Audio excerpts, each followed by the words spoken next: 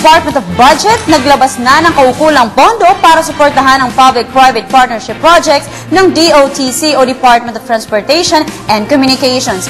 Pero ano nga ba ang PPP? Subok na nga ba ang katuturan nito sa mga isinusulong ng proyekto para sa kapakinabangan ng publiko?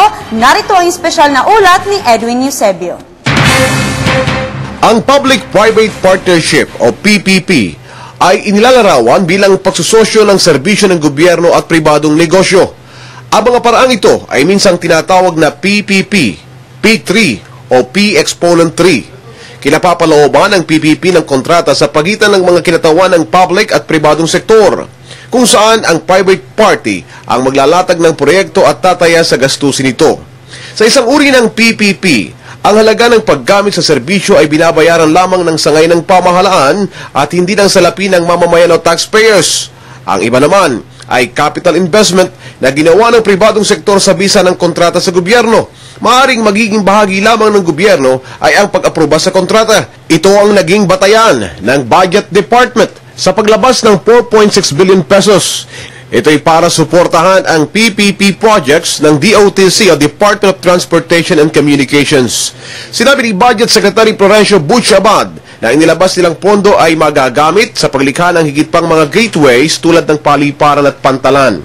Mula sa nabanggit na pondo, ang 2 bilyong piso ay itutustos sa pagsasaayos sa bagong Legazpi Airport na nasa Daraga, Albay. Samantalang ang 1.64 billion pesos ay gagamitin naman sa pagsasaayos sa Terminal 1 ng NAIA na ilang taon nang naaantala.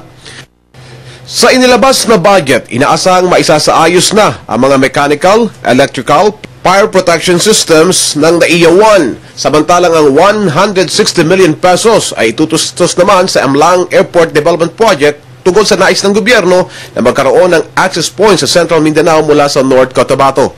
Inaasahang makakatulong ang maayos na paliparan sa pagluluwas ng mga high-value crops papasok at palabas ng Central Mindanao. Sa pamamagitan nito, mapapatunayan na ang mga PPP projects ay makakatulong sa pagpapanatili ng paglago ng kabuhayan sa larangan ng agrikultura, pamumuhunan at turismo. Samantalang ang pagsasaayos sa NAIA na matagal nang nababalam ay magpapaganda naman sa imahe ng Pilipinas bilang pangunahing destinasyon ng mga turista sa Asia.